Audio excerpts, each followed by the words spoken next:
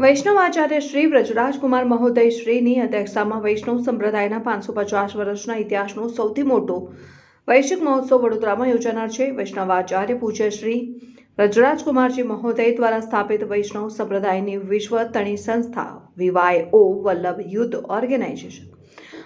Organisation જે આજે વિશ્વના 15 દેશોમાં સક્રિય રીતે કાર્યરત છે તેની 15 વર્ષની ઉજવણી થકી પુષ્ટિ માર્ગ ગુજરાતનું સૌથી મોટું આધ્યાત્મિક કેન્દ્ર ધાર્મિક સંકુલ 25માં વર્તની ઉજવણી નિમિત્તે આવનારા 21 થી 29 ડિસેમ્બર 2025 રવિવારના વડોદરાના ઐતિહાસિક નવલખી મેદાન ખાતે ગ્લોબલ હિન્દુ વૈષ્ણવ પ્રેરણાના મહોત્સવનું ભવ્ય અને ઐતિહાસિક આયોજન કરવામાં આવનાર છે। આમ મહોત્સવ વૈષ્ણવ સંપ્રદાયના 550 વર્ષના ઇતિહાસમાં પ્રથમવાર આટલા વિશાળ વૈશ્વિક રસ્તે યોજાવાનો સૌથી મોટો ઉત્સવ હશે, જેમાં ભારત સાથે વિશ્વના વૈષ્ણવો એક મંચ પર જોવા મળશે। વડોદરાના આંગણે એક ખૂબ જ રૂડો અવસર સર્જાવા જઈ રહ્યો છે અને એક ઐતિહાસિક ઘટના કે ગ્લોબલ વૈષ્ણવ હિન્દુ મહામહોત્સવનું આયોજન VYO અને VYOના પ્રણેતા એવું કહેવાય કે કોઈપણ દુનિયાની અંદર કોઈપણ વૈષ્ણવ સમાજમાં આટલું મોટું યુવા સંગઠન એને સંગઠિત કરવા એવું જ એમણે એક ઐતિહાસિક કાર્ય કર્યું છે। એવા પૂજ્યપાદ જે શ્રી વ્રજરાજકુમારજી મહોદયશ્રીના સાનિધ્યમાં એમની પ્રેરણાથી આ મહોત્સવનું આયોજન થવા જઈ રહ્યું છે। આ મહોત્સવની અંદર 1 લાખ કરતાં વધારે શ્રોતાઓ એકસાથે બેસી અને કથાનું શ્રવણ કરી શકે એવી કથાનું પણ અહીંયા આયોજન છે અને એની સાથે સાથે ઘણા બધા એવા યુવાનોને પણ આવરી લે, વડીલોને પણ આવરી લે, મહિલાઓ માટે પણ એક સારો લાવો રહે એવા તમામ પ્રકારના બીજા પણ કાર્યક્રમોનું આયોજન થવામાં જઈ રહ્યું છે, જેવું કે બિઝનેસ એક્સપો, ભારત તીર્થની દર્શન ઝાંખી, સનાતન ધર્મ યજ્ઞ અનુષ્ઠાન, ઘણા બધા નામાંકિત કલાકારો દ્વારા સાંસ્કૃતિક કાર્યક્રમો પણ યોજાવા જઈ રહ્યા છે।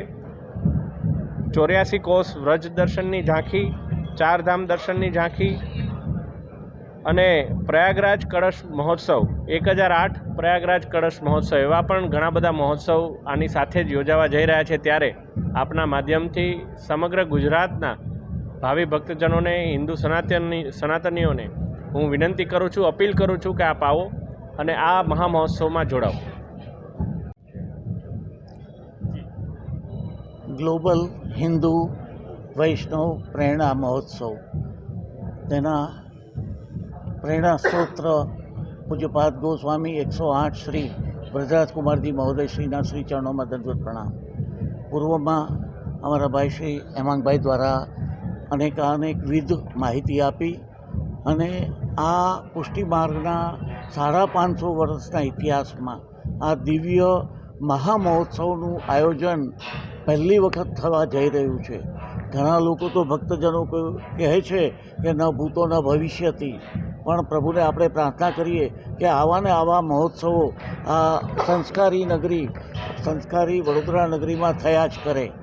અને ખાસ મેં પૂર્વમાં જણાવ્યા અનુસાર પ્રથમ વગર ઘણી વસ્તુઓ અહીંયા નવી પહેલ કરવામાં આવી છે।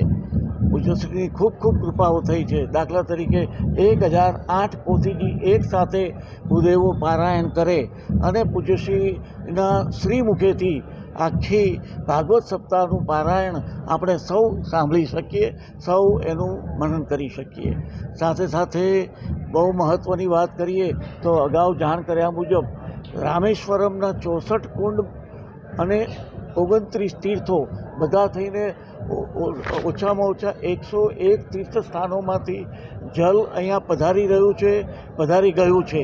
એ બધા જલ દ્વારા આપણને જે કંઈ પણ છે એ સ્પ્રિંકલર દ્વારા, મંત્રોચ્ચાર દ્વારા એ માર્જન થશે, બધાને છંટકાવ થશે, જેથી કરીને આપણે એના સ્નાનનો આનંદ મેળવી શકીએ, પ્રભુ કૃપા મેળવી શકીએ।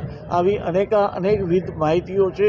જરૂરથી આપના સહસાધનો દ્વારા ભક્તજનોને આ માહિતી પૂર્ણપણે પહોંચતી કરશો અને એમની બધી સુવિધાઓ અહીંયા છે। અહીંયા ભોજન પણ છે, ટ્રાન્સપોર્ટેશન પણ છે, દરેક સુવિધાઓ અવેલેબલ છે। એટલે જરૂરથી આપણા શહેરીજનો, આપણા સગા સંબંધીઓ બહારગામમાં ચોક્કસ રીતે કેવડાવજો। એ બધા લોકો વધુમાં વધુ લાભ લે એ અભ્યર્થના સાથે સૌને જય શ્રી કૃષ્ણ।